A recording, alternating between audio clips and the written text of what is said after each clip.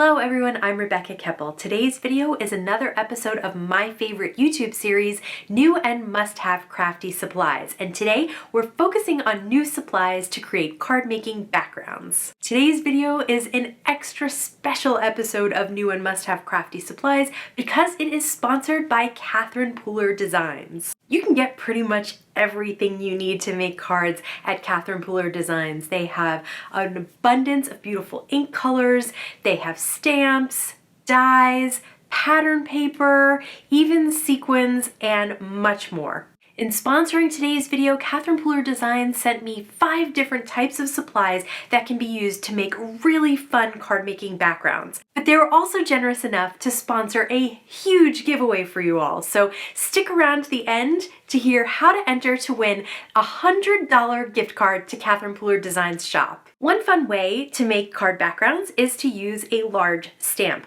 And this month, Catherine Pooler has the Cozy Plaid background stamp, which we're going to use in several different ways to create some fun backgrounds. So this is the Cozy Plaid background stamp. It's 4 3/8 by 5 3/8. It's a red rubber cling mounted stamp. And since it is larger than an A2, you can get the image to go flush from left to right and top to bottom. So that's what I'm going to do. I'm going to take out the Misty mouse pad or the black foam pad that you have in your Misty because of the cling mounted foam. And I'm going to use my Tim Holtz grip mat inside. So you can see that I don't have the paper up in the corner. That's because I want the stamp to go flush from edge to edge. And the grip mat will help keep that paper in place. I'm stamping on Nina Solar White cardstock and I'm using my Debby tool to get really good pressure on the outside of the Misty, so I might not have to stamp it more than once. I did want a slightly darker impression, so I'm going in and filling in a few spots that I maybe missed some ink or pressure. I'm going to use the Debby tool again to make sure that I get that perfect impression, and check that out. Also, that is the new color Wintergreen from Catherine Pooler Designs inks. This time I'm going to do the same type of thing, but I'm going to use 3 different colors of ink.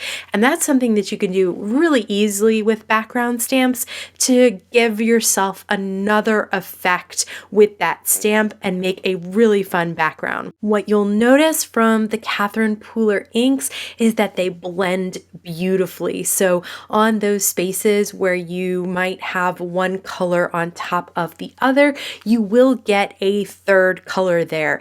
And I just love the options of colors that they have.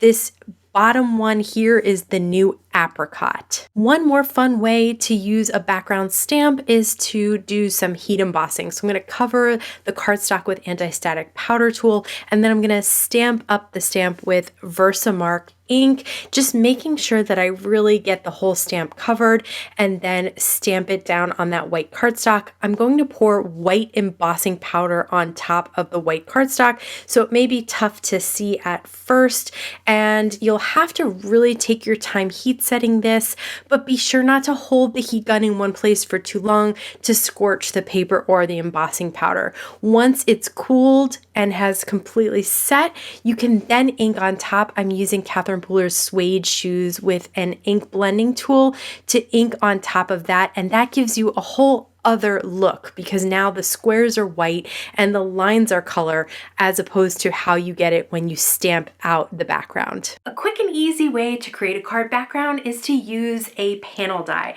And this month, Catherine Pooler has a brand new die called the Cosmic Cover Plate die, and we're going to use it in a few different ways to create some stunning backgrounds. This is the Cosmic Cover Plate die. It measures 4 1/4 by 5 1/2.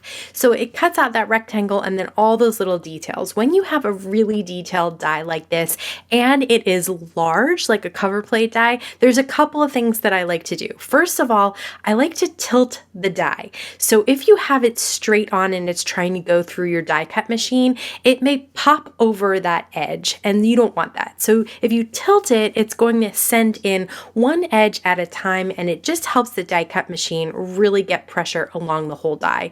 The other thing that I like to do, especially with a really detailed die like this, is to use a metal shim. They're pretty affordable and they really help get all those little pieces out. Finally, I like to use the Spellbinders tool-in-one, especially this brush side on the back of the die cut. It really brushes out all those teeny tiny little pieces so that there's only a couple left that I have to manually poke out.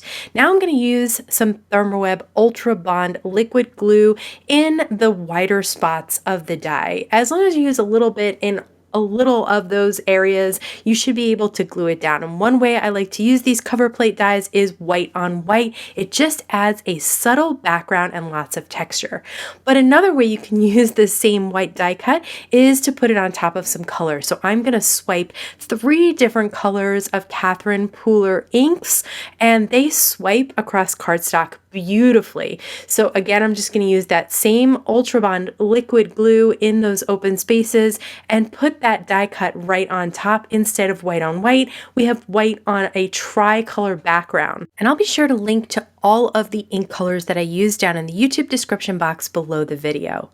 Okay, one more way to use this die, I'm going to ink blend on an A2 piece of cardstock, and I'm starting with one of the new colors. It's apricot. It is such a pretty color. I absolutely love it. So you can see that ink blending gives you a totally different look than ink swiping with the pad direct to paper or using an ink blender. And again, like I mentioned, in the area where these 2 colors cross, apricot and party dress, we're getting a 3rd color. I absolutely love that. So take advantage of it and really cross over a good amount on your blending to get that 3rd color, because it just makes the blend look even more beautiful if that's possible. Check out that deeper orange in the center. The other thing about Catherine Pooler inks is they are water reactive, so you can spritz them and create some water droplet effects. And then we can take this and we can die cut it. So the way I'm going to do that is put it inside the lines of the die and then hold that in place with some Thermoweb pixie tape. I'm going to just put it on the corner and wrap it around to the front of the die. I usually like to do 2 corners to make sure it stays. And now I'm going to use some Ultra Bond liquid glue on those open spaces once again, and this time I'm going to back the colorful die cut with white cardstock. Just again, a totally different effect. You can see how many different looks you can get with this one die. Another way to make your backgrounds pop is to use some really fun pattern paper. This month, Catherine Pooler released the Under the Stars pattern paper, a 6x6 pad, and I'll be using that in a few different ways to create some backgrounds. So this is the Under the Stars pattern paper pack from Catherine Pooler Designs. You can see that it includes 24 sheets of 8 unique patterns, and they are 80-pound cardstock. I love that they list in the description of the pattern paper the ink colors that coordinate with it. So one way to use pattern paper is to simply cut it down a little bit to 4 by 5 1/4 and mat it on some coordinating cardstock. Super, super simple, but gets the job done for a fun background that also is nice and matted. Okay, another favorite way of mine is kind of that 2/3, 1/3 look. And so I like to use a piece of pattern paper that's bold, like those stars, with something smaller that coordinates, like those little confettis at the bottom. I do have them both kind of trimmed down so that they're matted on white cardstock. And then a third way I love to use pattern paper is little squares. We used to call these inchies in scrapbooking, and so you just cut it down to all the same size, and then I like to put 2 at the top, 2 at the bottom, and then I'll be able to put my sentiment in the center there. So just a few quick ways to use the pattern paper that you have to create some fun backgrounds. Another fun way to make backgrounds is to use inks. Now, if you haven't tried out the Catherine Pooler inks yet, I have a whole video dedicated to why I think they're so amazing, so I will link to that. But For now, I want to share with you some of the new colors and some ways to use their acrylic blocks and these inks to make some fun pattern backgrounds. So they sent me a few acrylic blocks. They sent me a 2x2 square, a 2 3/4 round, and a 4 1/4 by 4 1/4 square block. I love these blocks. They're really easy to stamp with because they have a little grip around the edge, and they're super smooth too. They also sent me the new colors of ink: terracotta, ginger apricot, and wintergreen. And this is a really fun, kind of fresh new color combination. So I'm going to be using Tim Holtz Distress watercolor paper. I'm going to use the smooth side, and then I am going to use the Distress sprayer as well. So I have the larger square acrylic block, and I'm just going to swipe some color from a few of the different inks on there. So I have terracotta and apricot, and then I'm going to add in a few spots of ginger as well. And then I'm just going to spritz the whole block just to get those colors moving around a little bit. They are water reactive, so I really want to get them just kind of looking like a watercolor. And then I'm just going to press the paper right down onto the block so that nothing drips from the block, but once I pick it up, I will get movement and colors blending together. Another way to use these blocks, so use a smaller block like the 2x2 square and wipe the ink on top or press it on top, and then just spritz it just once with a tiny spritz of water, and you can actually get the shape of the block to imprint on your watercolor paper. So I am just using wintergreen to create some squares moving diagonally across my card there, and you can see this creates a really fun kind of mod pattern using the squares and circles and these new colors of inks.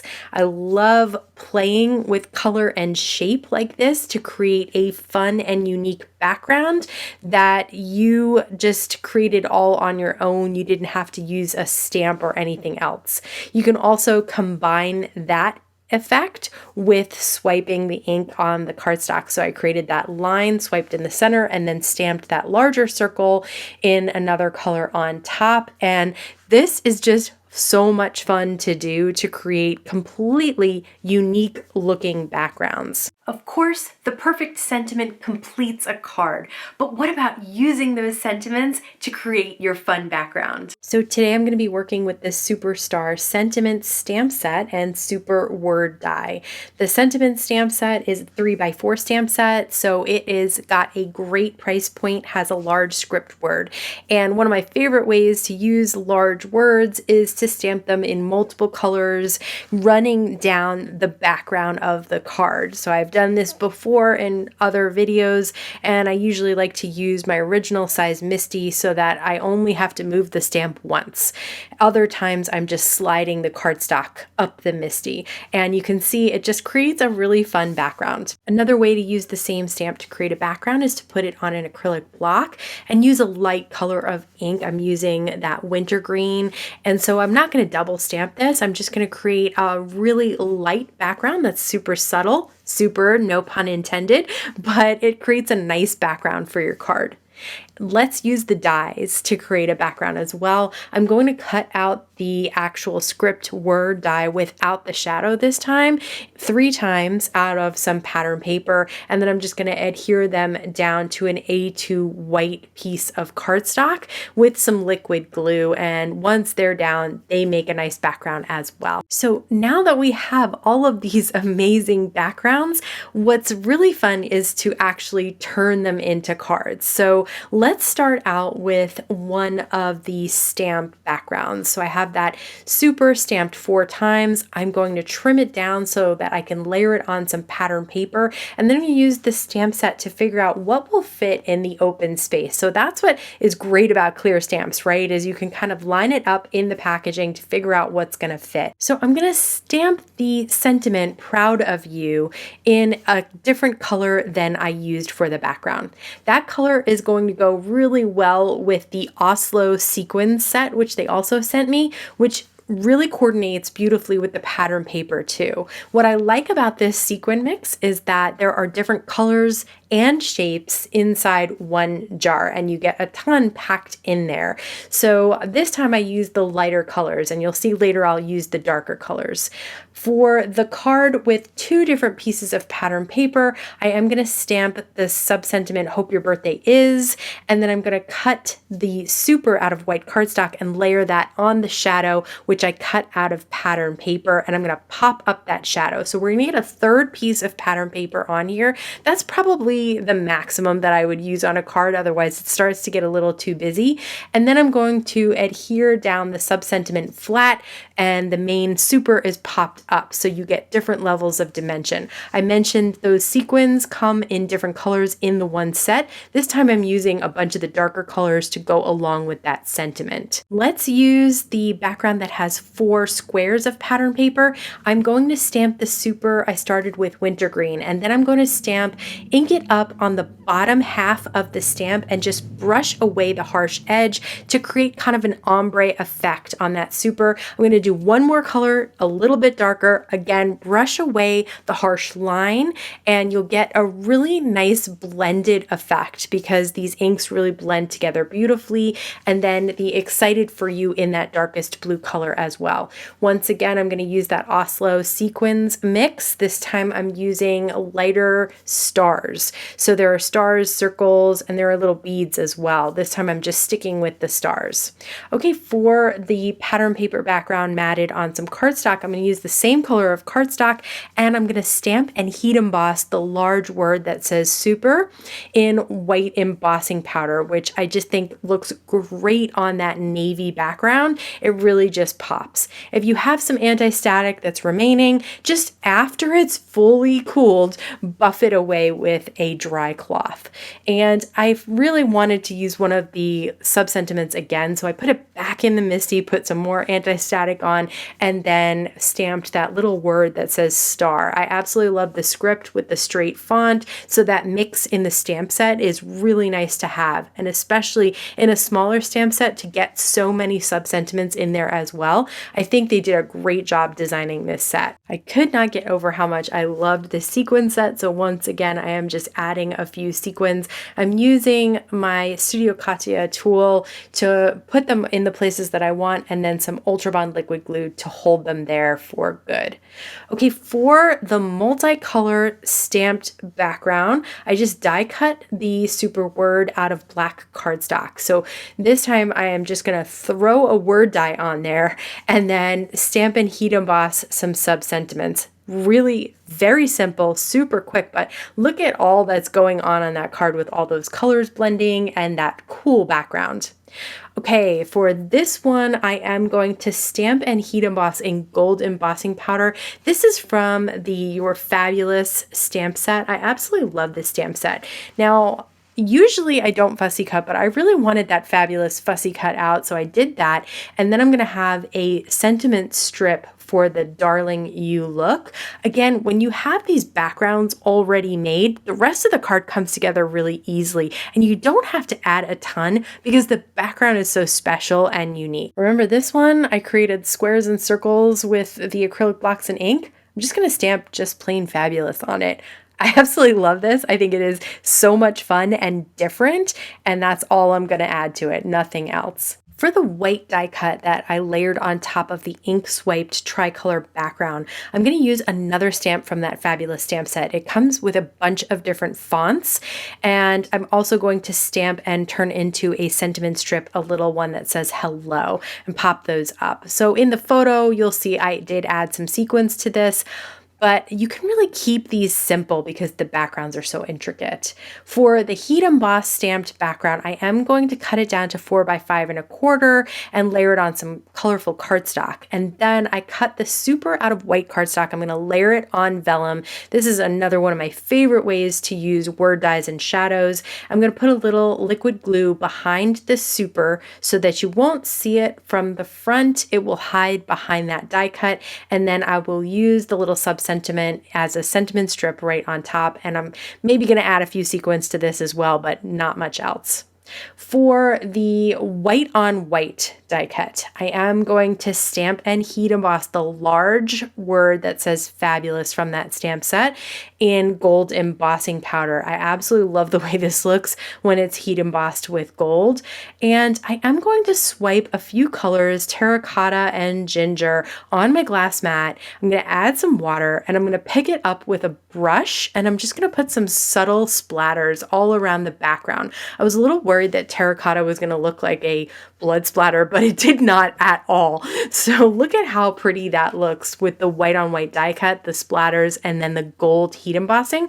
All it needed was a little sub-sentiment that says have a, and then fabulous, and then day. So I put one of those strips on top and then one at the bottom, again playing with the dimension. The fabulous is popped up and the others are flat to the card. So I hope you all can see why I love shopping at Catherine Pooler Designs. They have everything for card makers, from inks to acrylic blocks, pattern paper to stamps, dies, sequins, and so much more. Now let's talk about the giveaway. Catherine Pooler generously is giving away a $100 gift card to their shop, and this giveaway is open to all. So just head down to the description below the video. There'll be a link to a Google form. Just fill that out and you'll be entered to win. As always, I want to thank you so much for stopping by and spending time with me today. Please stay safe, stay healthy, and I'll see you again soon. Background, background, background, background, background. We need another word. Clips from here to there, to there, to there, to there, to there. We got this. We got this. It's gonna be okay. Fingers crossed.